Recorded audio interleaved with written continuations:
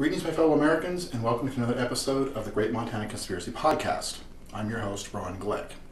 Now, this should seem like a pretty standard, easygoing topic today. We're going to talk about freedom.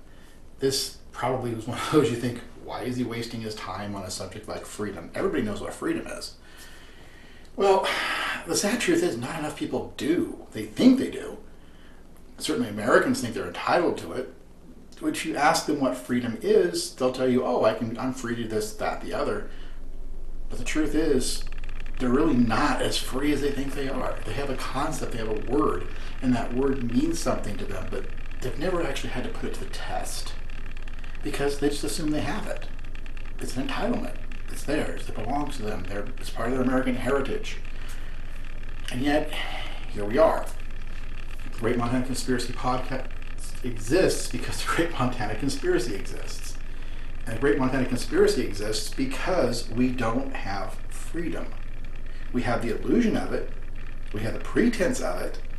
We certainly have the catch buzzword of it. We don't have it. We don't have freedom. And this is what this episode is dedicated to. Now, before I get started, as always, if you're watching this on YouTube, please watch it all the way through, share it with your friends and family, like, subscribe. Regardless of what platform you happen to be watching this on, whatever their context is, make the effort to try to like, subscribe, or whatever the equivalent is on the site you're watching it. Share it on Facebook, share it on Twitter, share it on whatever social media platform you can. The more people that watch this, the better chance we have of getting information out there, and the better chance we have of affecting change. So, that being said and out of the way, please remember that if you, for some reason, do not see this video in its entirety, if you're seeing a clip, if you happen to not see the text attached to it, you can always find the text on the original source material, which is monspiracy.podbean.com. And as I said, you can always watch it on YouTube, which I watch pretty frequently to make sure that nothing has been edited or taken away. So hopefully, one of those two platforms, if not both those platforms, will have this video in its entirety. This week, the world got a wake-up call to what it is to fight for freedom.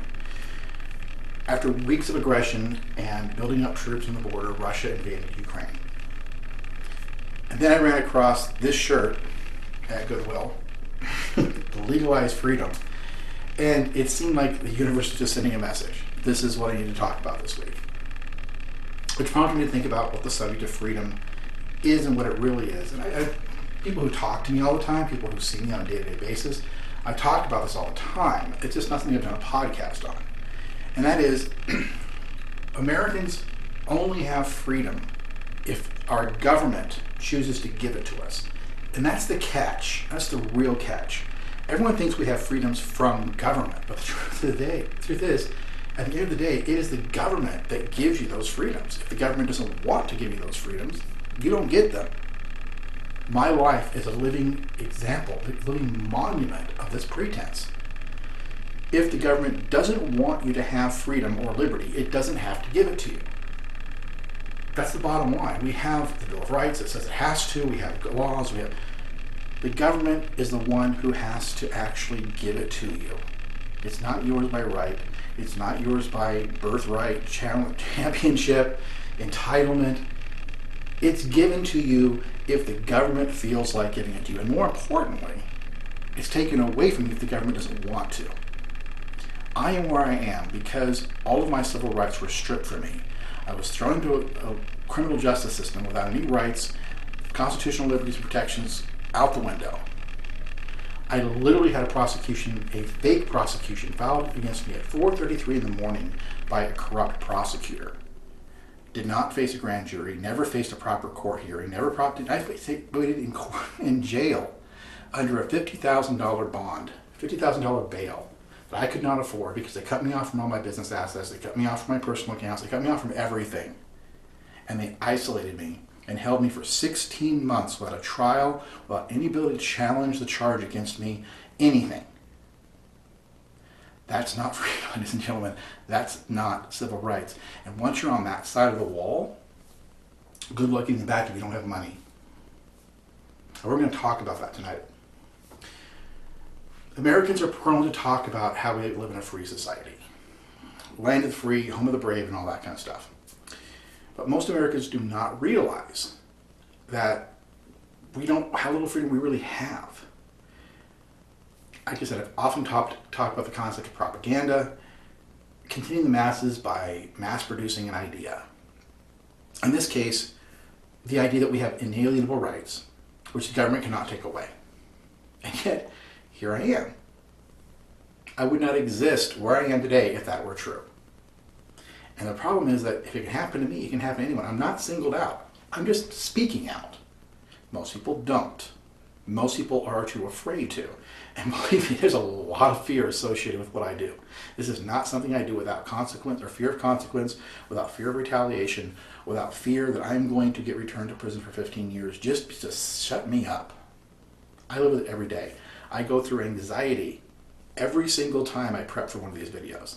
I have to suppress my anxiety and my stress to be able to do a video. It's not something that comes easy to me. I may sound like it. Maybe I sound confident. I'm not.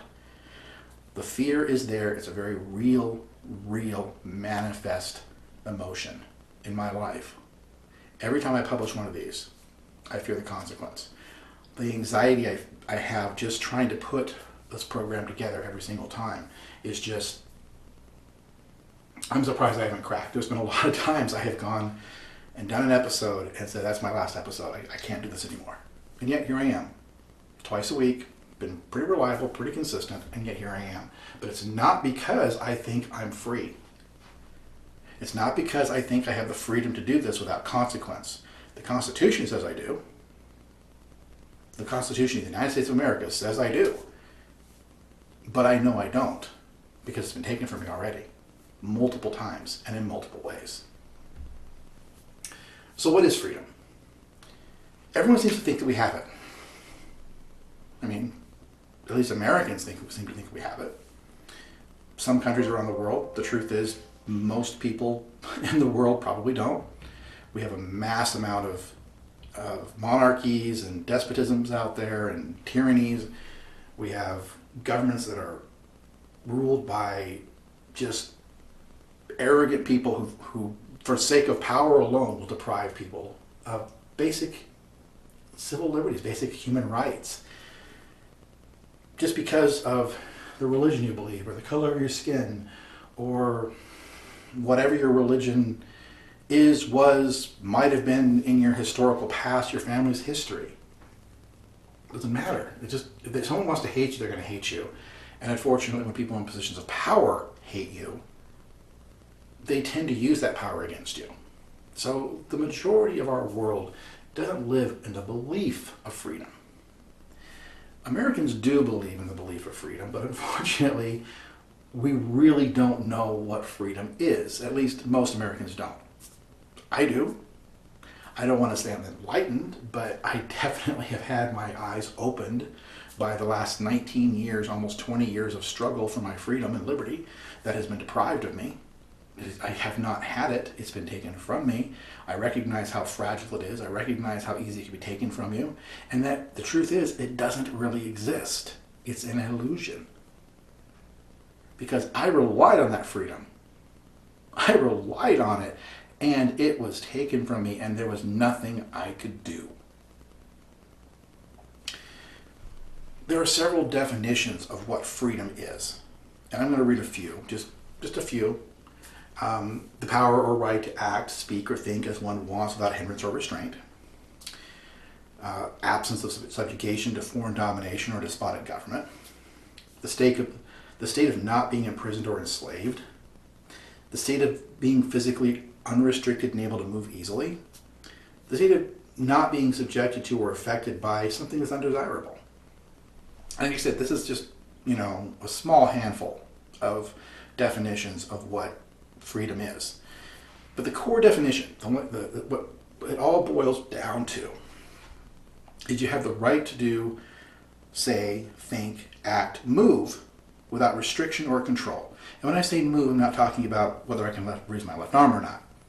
I'm talking about whether I can go from place to place. Can I travel to Australia if I want to? Can I travel to Brazil? Can I go to North Dakota? Everybody should know by now I'm in Montana.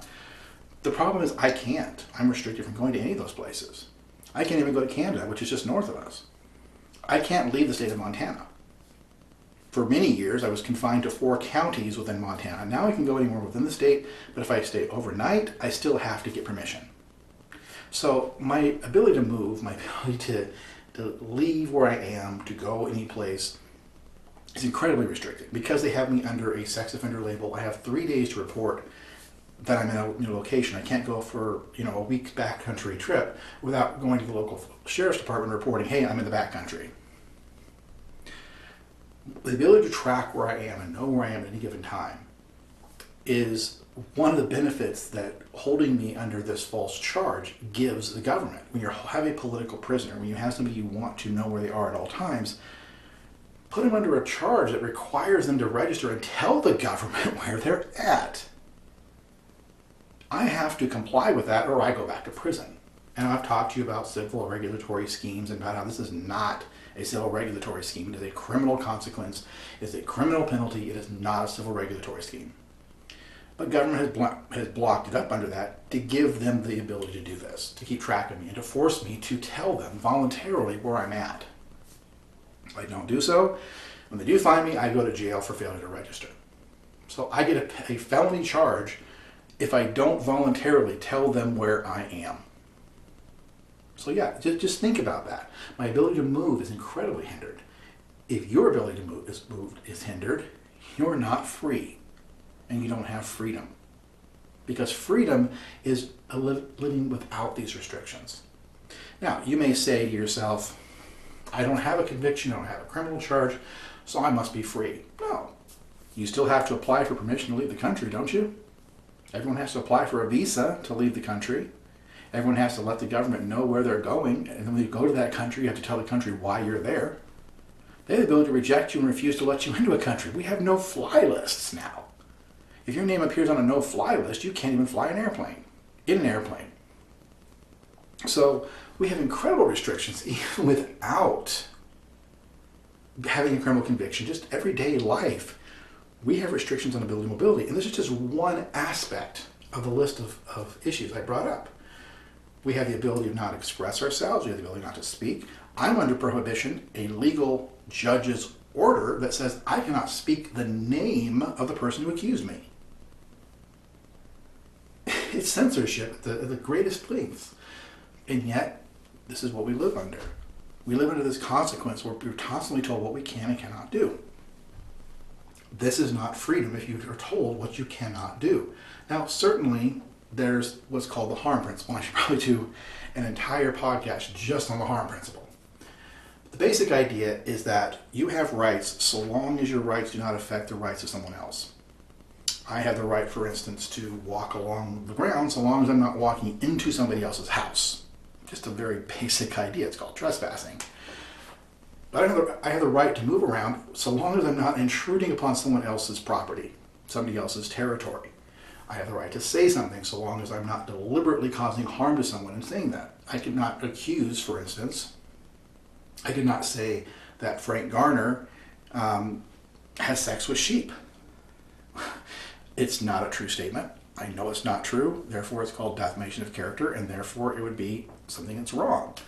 I'm clarifying very clearly I'm not saying that nor asserting that. I am simply saying this is something I cannot say.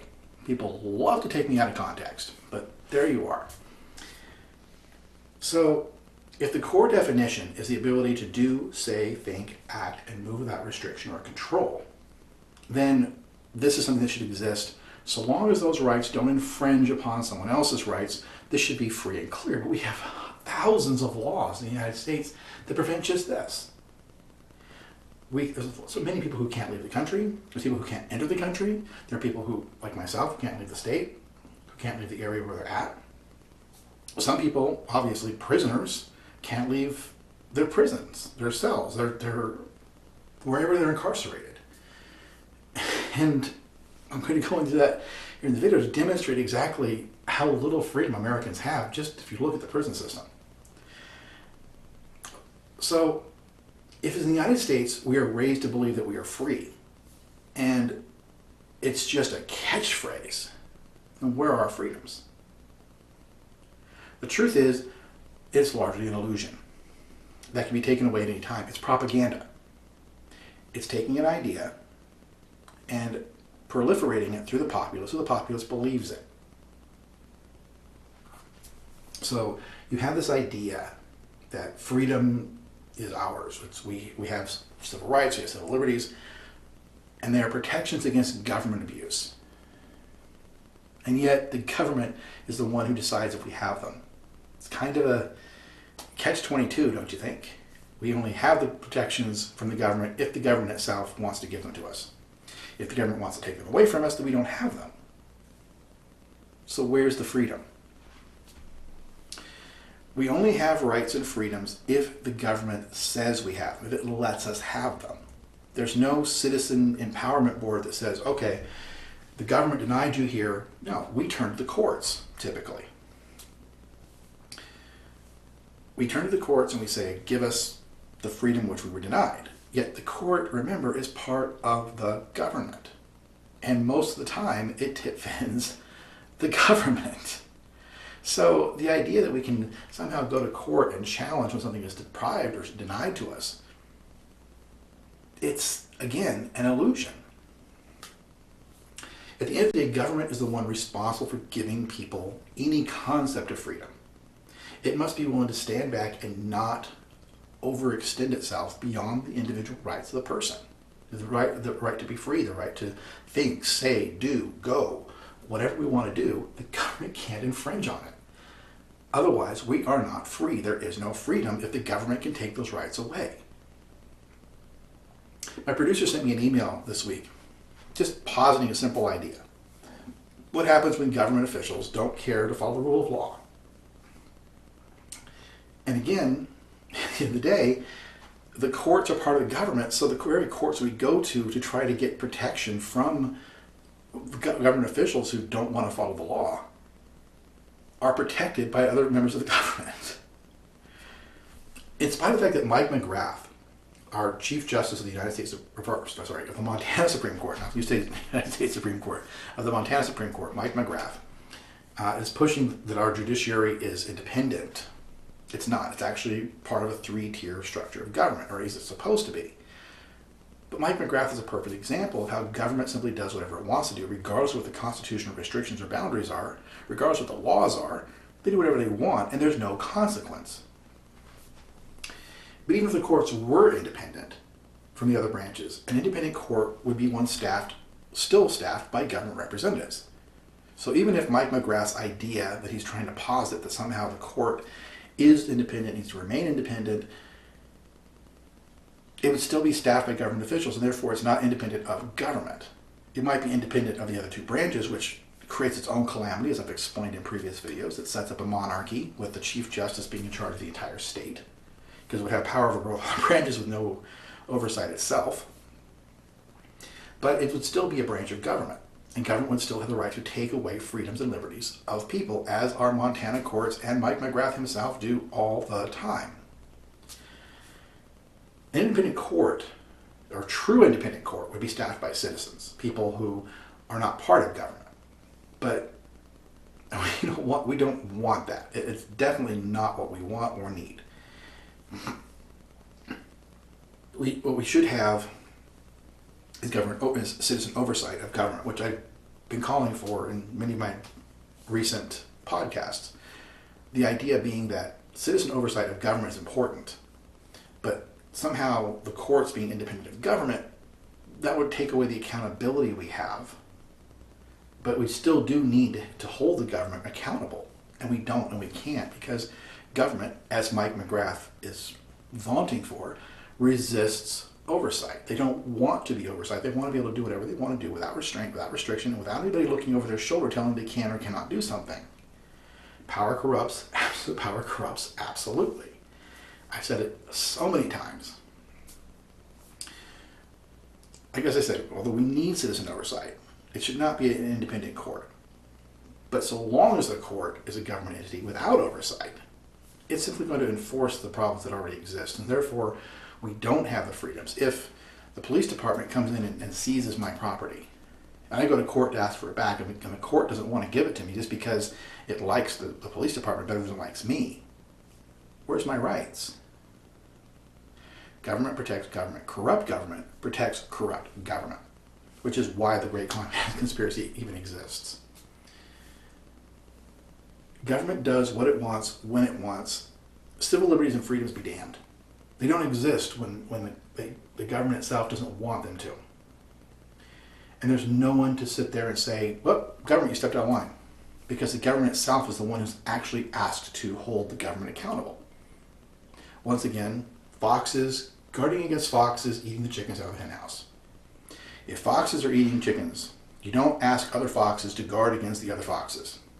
You just don't. It doesn't make any sense. And yet, that's exactly what we have a system of. But the government doesn't want you to think that. That's where the propaganda comes in. The propaganda of making you believe that we have freedom. Use that catchphrase. We have freedom. We have rights. We have civil liberties. Unless the government doesn't want you to have them. That little exclusion doesn't exist in any of that propaganda. Because if you admitted that, it would completely underscore the concept that we have freedom. And that's the point of the Great Montana Conspiracy, isn't it? I've reported on countless constitutional violations here in Montana.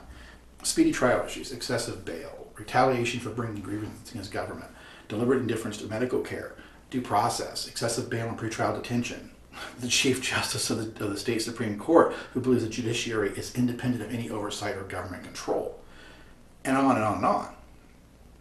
And at what point, when you hear this litany of costly deprivations, do you think you have rights? If the government can deny you any constitutional protection, we have the Eighth Amendment prohibits against cruel and unusual punishment, deliberate indifference to medical care. It prohibits against excessive bail. It prohibits against all these limitations, and yet the government does it on a routine basis. It deprives us of grand juries. The Constitution says you must give anybody, you cannot deprive anybody of life or liberty or property without being examined by a grand jury. And yet, guess what? It's done all the time. The right to trial by jury is terrorized out of people. Don't you dare. We'll hold you in jail. We'll threaten you. We'll coerce you. We'll manipulate you. We'll terrorize your family, your friends. We'll ruin your reputation in the community so you will sign away your right to a jury trial. Rights should not be able to be waived. They should not be able to be waived. You cannot waive your rights because at that point you're choosing to let the government take away your liberty and your freedom. And that's the whole point. When you sign a plea bargain, which 99% of prosecutions in the United States, guess what? That's what they do. They're forced to sign plea bargains.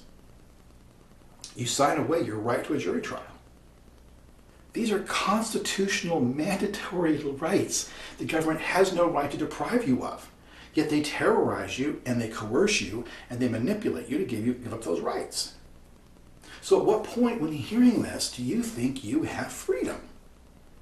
If the government can come and take you and put you in a jail cell and keep you there for a year, 2 years, without a probable cause hearing, without a grand jury indictment, without any kind of ability to challenge why you're there under a bail you cannot afford to pay until you break and say, fine, I'll say whatever you want to say, just get me out of here. Where is your freedom? That's the question. The bottom line is that citizens of the United States only have rights if the government gives it to them.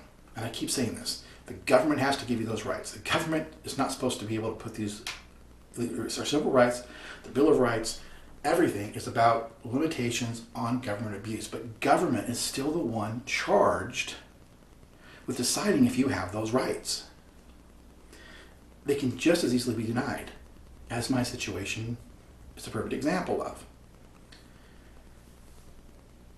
So if this can happen to me, to one person, what makes you think I'm alone? Of course I'm not alone. I'm not the only person this has happened to. I'm not some egotist that thinks that, oh, I alone am so important that they did this to me. Nobody else has gone through this ever. This is just totally unique. It's a brand new system of law. Of course not.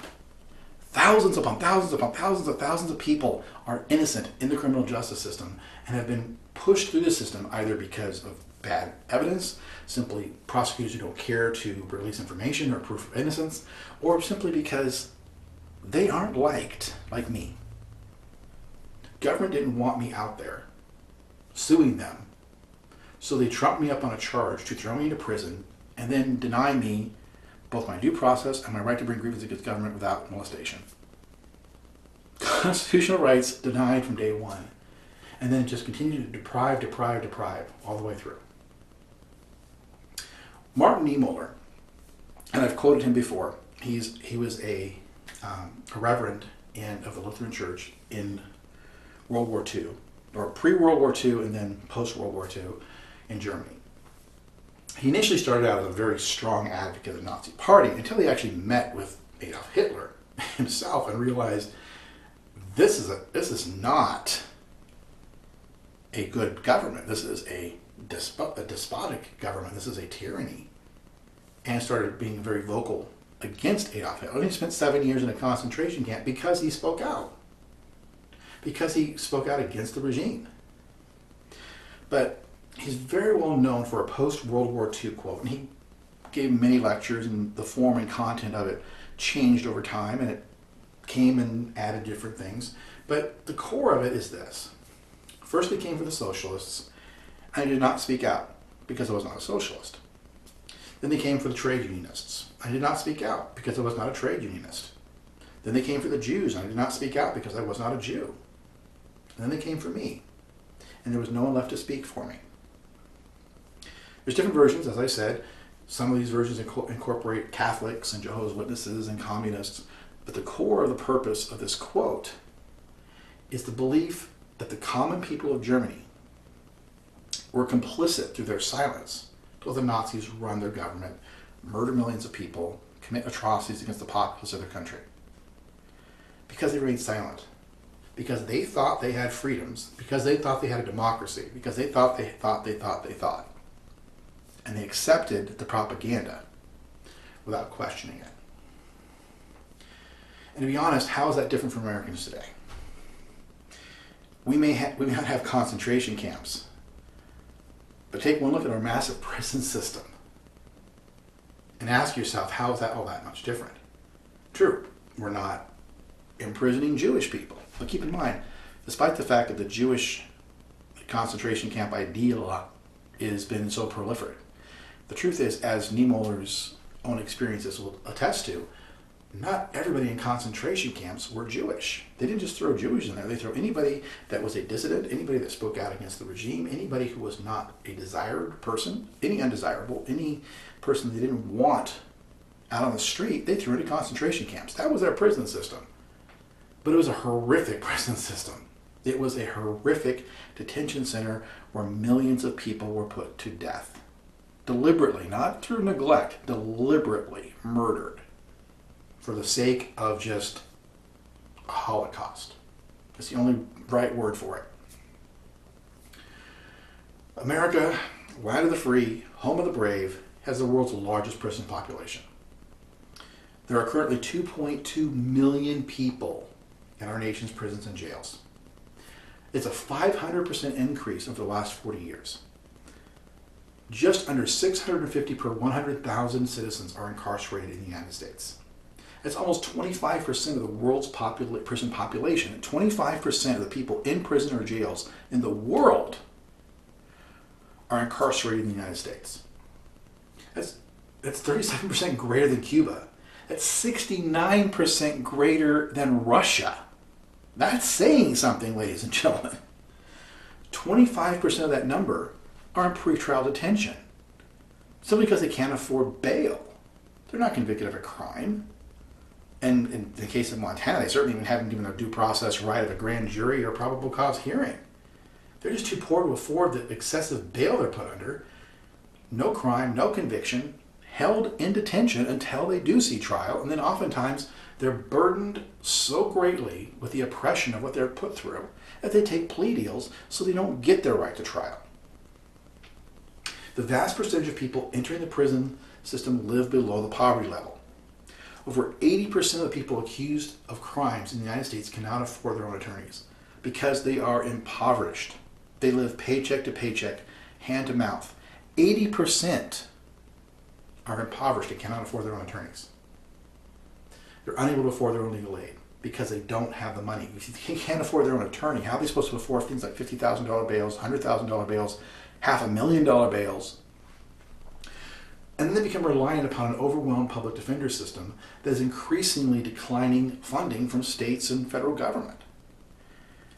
As the prison population and demand for public assistance grows, the funding for the programs decline in a faster rate than the increase in prison population usually. If they have no resource to afford long-term defense, they need to work to live. They can't afford to do so from jail. If they can't afford a long-term defense, how are they going to afford this excessive bail? They're trapped in an unwinnable situation. They most often will take plea deals just to get out of jail. And that's not a reason to take a plea deal. If you haven't committed a crime, you shouldn't be taking a plea deal. You should be going to jury trial, but you're a person who's just sitting there trying to survive and live, and the government strips you of your freedom, strips you of your liberty, throws you in jail without any conviction, and holds you there until you break. Where's your freedom, ladies and gentlemen? It's just a concentration camp system under a different name. Because in this case, our American system isn't attacking the Jews, it's attacking the poor. And who's attacking the poor? The rich. Because guess what? The people running the government are wealthy. They receive salaries, even if they were poor before they took their office, they are wealthy now because they receive massive salaries. They receive staff to do anything and everything they ever wanted to do. They get free haircuts, they get free travel, they get all kinds of benefits on the government dime. And then on top of that, they get a salary, a massive salary. We're not talking, minimum wage here. We're talking significantly better. That puts them in a wealthy status. We had a senator here by the name of Rehberg. He's no longer in, but he was like the fourth richest person in federal Congress. He was from Montana. Fourth richest person. Man, that's saying something. Because there's no way you get that from the salary alone. You get that from all the kickbacks and all the benefits and everything else that's given to you by all the donors and by the lobbyists and by everybody else who supports and pushes you to do their bidding. And guess what? It's money that buys that influence. It's not poor. Me bringing you a loaf of bread as a government official is not going to win your vote. Bringing you a check for $100,000, that'll win your vote. You'll do whatever it get to get another $100,000 check. Because at the end of the day, politicians are in office. Their number one job is to get reelected. You give them $100,000 towards their election campaign or re-election campaign, they will do your bidding because they want that other $100,000 the next time it comes around, or they want more money for the same campaign. They still want your money, and they'll do what it takes to get it because that's how they make money. So once again, the people in government are not the poor. The people in government are the wealthy. They're the ones prosecuting the poor. So if 80% of the prison population, if we just use the number of people that applied for public assistance, 80%, and we apply that statistic to the prison population, that's saying 4 out of every 5 people who are in the prison system are poor. And then they come out of the prison system, out of the incarceration with the conviction, and their ability to retain income drops significantly. Because now they're felons. Now they can't go into their former employment. They lose their status in the community. They often have to just do labor jobs to get by. There's statistics, and I revealed them before. And in most cases, many cases, the vast majority of cases, people who live in prison don't report income for the first year or two they're out of prison because they can't find work. So what happens when you sit here and you attack the poor members of your society just to have people in the prison system, just to feed the prison for profit, which I've talked about ad nauseum throughout my podcasts. In this case, as I said, it's a war on poverty. and the disenfranchised. It's not a war on the Jews. It's not a war, although certainly we do have a greater number of Black and Hispanic people in the prison system, because let's face it, Black and Hispanics are relatively a poor members of our society a lot of times. But we do see racially slanted imprisonment as well. It's a perfect system to hide a political prisoner in. Hello, ladies and gentlemen, what am I? I'm a political prisoner in Montana, and I'm detained here because it's easy to hide me inside this legal system, the so-called legal system, because they certainly didn't follow any laws, so how do they make it legal? So if we have the largest prison population in the world, if we have 25% of the world's prison population, how can we say we're a free country when the government imprisons more people than anywhere else in the world, and our entire prison population constitutes a quarter of the entire world's population? The entire world's prison population. How can we possibly say this is a free country? It's an illusion. It's propaganda, ladies and gentlemen. There's an old expression, freedom isn't free. Largely it's used to represent military sacrifice in the United States. The idea that people lose their lives and they sacrifice their lives as a cost to the freedom that we enjoy in the United States. And in no way do I mean to diminish that duty or sacrifice. When I see a veteran in public, I am always go out of my way to shake their hand and say thank you for your service. Because to me, it's very important. I recognize the loss, the sacrifice, what they went through. I have a great deal of respect for the military. My father, both my grandfathers, uncles, etc., have all served. I grew up in the VFW in Kansas. VFW, by the way, stands for Veterans of Foreign War. It's a bar / community group that meets, and it's specifically members of the military, veterans of foreign wars, and their families. And growing up with my father, who was a veteran of Vietnam, and my grandfather was a veteran of World War II, I spent a lot of time in the VFW. I grew up in the halls. I grew up around veterans. I have a great deal of respect for the armed services. So when I say this, don't think that this is in any way diminishing that. But I'm going to attack the military, because the military is still an arm of the government. I mean, when you're talking about freedom isn't free, yes, the military goes out, the military will fight to defend our shores. Arguably, they go out and spend a great deal more time in foreign countries fighting wars that we don't belong attached to, but nevertheless, they're there. They're defending our rights, our freedom, our liberty, the interests of other countries who benefit us. Arguably, we won't get into the discussion of whether it's right or wrong to have a largely military government, which we do. But we are one of the superpowers, let's face it. But that being said, does the military come in and defend our individual liberties? Does it come in does it storm a courthouse when a judge is bad? Of course not. Does it storm the governor's office if the governor steps out of line and does something he's not allowed to do? Of course not. The military is not here to police government officials. It's a branch of the government. It's objective to the government, and it does as the government bids. So, of course, if the military came in and did this, it would be monstrous. It would just be a horrific thing to happen. So I'm definitely not advocating for that. But American citizens, they need to follow this motto. And that's not just the military. The citizens must be willing to come forward and step forward and fight for freedom, because freedom is not free. As I've demonstrated and protested to and advocated for and spoken until I'm blue in the face, which obviously my Native American heritage makes me have a redskin of sorts. So that makes it somewhat of an oxymoron, but nevertheless, here I am. I talked to them blue in the face about the idea that we all have freedoms, but the freedoms must exist at a cost. And if we just simply take them for granted, if we take them as an entitlement that we automatically have without any effort to fight for them, they will not be there when we want them. I'm living proof of it.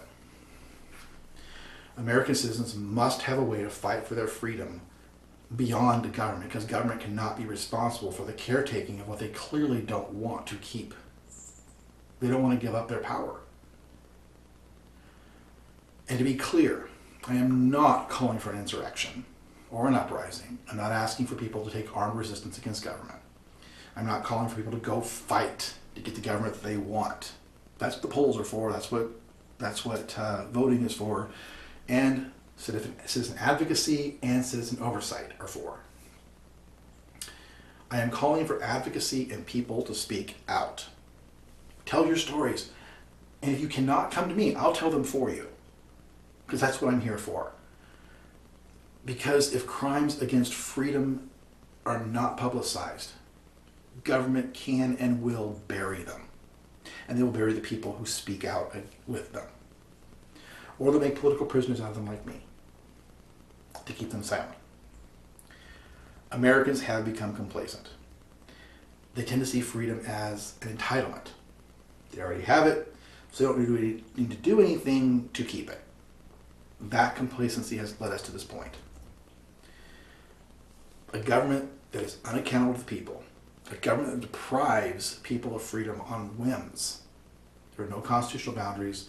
They don't follow the laws even when they exist, and no accountability when they do break the law. As I've said countless times before, if I lie to the government, it's a crime. But if the government lies to me, it's not a crime. There must be a level of equality. There must be an accountability. If anything, there should be a double standard against, a triple standard, if you will, against government. There should be twice as much consequence for a government official to lie to you. Because they're sent there to serve you. This isn't just a crime. This is actually a deprivation of your civil rights because you appoint these people to work for you. And if they're lying to you, then their crime is far more heinous than your lie. It just is. Because not only are they lying in an official proceeding, they're breaking their oath to you in their oath of service and their oath of office. So why aren't they accountable?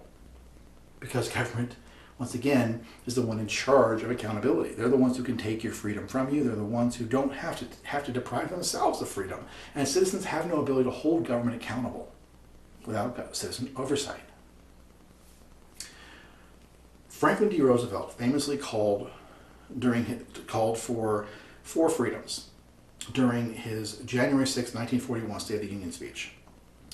He called for the freedom of speech, freedom of worship, freedom from want, and freedom from fear. Now, freedom of speech and freedom of worship are embedded within our Constitution, but freedom from want and freedom from fear are just standards that we should have as a society. As I've said before, and again, I keep going back and saying the same things over and over again. If the government fears the people, it's a democracy. If the people fear the government, it's a tyranny. We fear the government. I just demonstrated why and how we fear the government. So we are not free from fear. There are more hungry people in this country than you can imagine for the gross domestic product, the amount of food we produce, for the amount of resources we produce. Businesses in this country export our resources before meeting the domestic demand, and then pay to bring it back in and then charge people even more. It's a ridiculous system.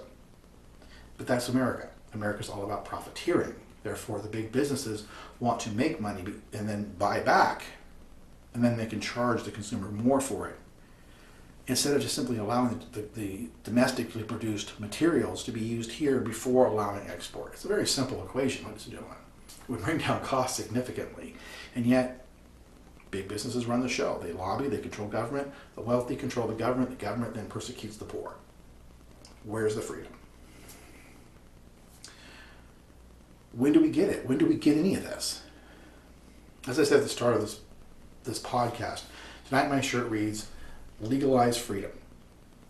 The truth is, freedom is not legal in the United States. And let me repeat that. Legal truth and freedom are not legal in the United States. We think they are. They're not. There's no law that says there's a constitution that says the government's prohibited from doing this, from doing that. You can't deprive people of this, can't deprive people of that. And we call that freedom. But there's no accountability of the government. There's no actual laws that say the government must do this or the government official goes to jail for X number of years. They're saying that if an official commits a crime, it's called official misconduct, they're supposed to go to prison. How many crimes have I attested to committed to me against me personally? My own personal experiences. And how many of those officials have gone to jail? Not a one. People believe that freedom is legal. But it's subjective. If you have money, you have a lot of freedom because you buy favor from the government. If you don't, there's a 1 in 9 chance you could see prison in your lifetime. That's an actual statistic. A 1 in 9 chance. If you do not have the money to defend yourself, if you do not have the money to be an elite, if you do not have the money to buy favor from government, there's a 1 in 9 chance that you will see prison in your lifetime. Even if you've not done anything wrong. Look at my life. Seriously. The real truth is that the only thing truly legal in the United States is imprisonment. Not liberty, not freedom, imprisonment. The belief in freedom is just a pretense, and it can be stripped away at a whim because the government can decide whether to give you that freedom or not, if it's convenient or if it serves their purposes, if it meets their ends. In my case, it was the one prosecutor, Lori Adams, who, as I mentioned, is now a municipal court judge in Kalispell. She took it on herself to make up a prosecution to stop my lawsuit and to threaten me that if I come back to Montana, I'd be arrested. Then she became committed to that prosecution when the state of Washington believed her lie, and they arrested me. They technically did not have authority to do so, even if the warrant had been authentic, because it was addressed only to law enforcement within the state of Montana. But Washington still acted on it. They arrested me. Lori Adams at that point was forced to pursue it. And of course, the entire system came behind her and supported her actions. They didn't hold her accountable. They didn't prosecute her. They didn't charge her with a crime. They doubled down on it. They issued a proper warrant a week later. They pursued a prosecution against me and held me detained for 16 months without trial or probable cause. And the information that I was arrested under originally was never reissued or signed. It was never documented. It was never properly issued warrant of any kind. And yet, here I am, 18 years later, here I am. I have quoted William Blackstone a lot. He's the one who said, "It is better that 10 guilty persons escape than 1 innocent suffer." And Benjamin Franklin, when he was quoted, he increased that to 100. But I think John Adams probably said it best, if he's a little bit more verbose. And I'm actually going to read that to you. "We find in the rules laid down by the greatest English judges, who have been the brightest of mankind, we are to look upon it as more beneficial that many guilty persons should escape unpunished than 1 innocent person should suffer. The reason is because it's of more importance to community that innocence should be protected than it is that guilt should be punished. For guilt and crimes are so frequent in the world that all of them cannot be punished, and many times they happen in such a manner that it is not much consequence to the public, whether they are punished or not. But when innocence itself is brought to the bar and condemned, especially to die, the subject will exclaim, 'It is immaterial to me whether I behave well or ill.'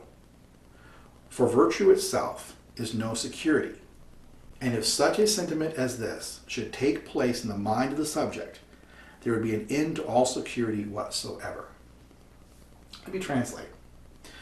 Basically what John Adams said was that if an innocent person believes he will be imprisoned, regardless of whether he commits a crime or not,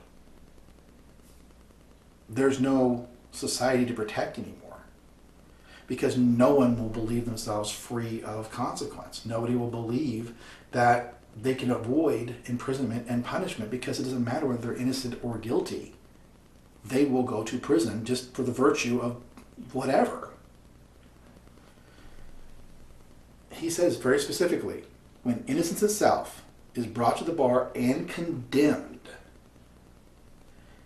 it is immaterial to me whether I behave well or ill. For virtue itself is no security. In other words, innocence alone is not a security against being punished for being guilty. You're not guilty. You should not live in fear of being punished, because that's not freedom. And yet, this is exactly what we're dealing with here. Freedom is not only a right to not be restrained, it is also to not be afraid to have it done to you. Let me repeat that. Freedom is not only a right against restraint, against limitation, against deprivation of liberty, the way to think, what to say, where to go. It's also should not be affected by a fear that these things will be taken from you. Americans have forgotten this, and clearly this needs to change. Thank you again for watching.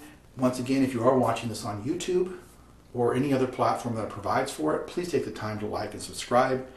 Watch the video, obviously. If you're watching to this point, you have watched the video all the way to the end, but encourage others to do the same. Share it on Facebook, share it on Twitter, share it on whatever social media platform you frequent. The more people that watch this, the better chance we have of affecting change, and the better chance we have of preventing these atrocities from continuing. As always, if you are watching this and the text is not attached to this video, please feel free to visit us on monspiracy.podbean.com, where you can find the original broadcast of this. Or, once again, on YouTube, you can look for the Great Montana Conspiracy Podcast. And make sure you put that full terminology in, because a lot of times just looking for the Great Montana Conspiracy will not pull up the podcast. Just an FYI. As always, if you're watching this, I do hope that you're safe. And whenever possible, when you're out there, please be free. Thank you.